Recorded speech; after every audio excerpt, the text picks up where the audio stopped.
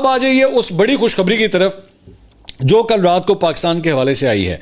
और वो खुशखबरी ये है कि पाकिस्तान और सऊदी अरब के जनाब दरमियान स्ट्रेटेजिक बाहमी दफाई मुआहिदा जो है उसके ऊपर दस्तखत हो गए हैं। इससे पहले शहबाज शरीफ साहब जब यहाँ से रवाना हुए थे और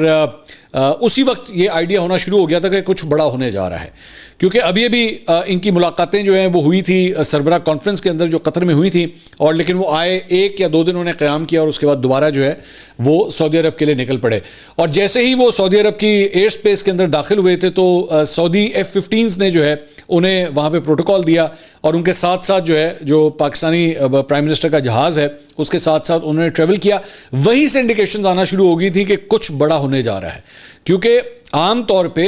मतलब मैंने खुद बहुत से प्राइम मिनिस्टर्स को जो है वो सऊदी अरब जाते देखा है। इमरान खान साहब जाया करते थे, नवाज शरीफ साहब भी जाया करते थे, लेकिन इस मरतबा ये जो प्रोटोकॉल दिया जा रहा था दिस वाज अनप्रेसिडेंटेड। अब जाहिर बात है उसमें जो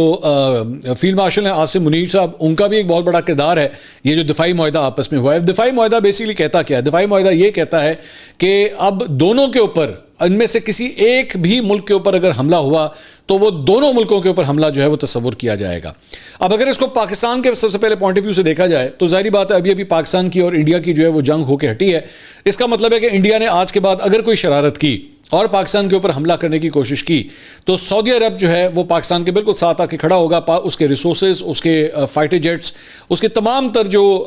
इंस्टॉलेशंस हैं वो पाकिस्तान के डिस्पोजल के ऊपर होंगी। और इसी तरह वाइस वर्सा जो है वो अगर खुदा न खास्ता किसी ने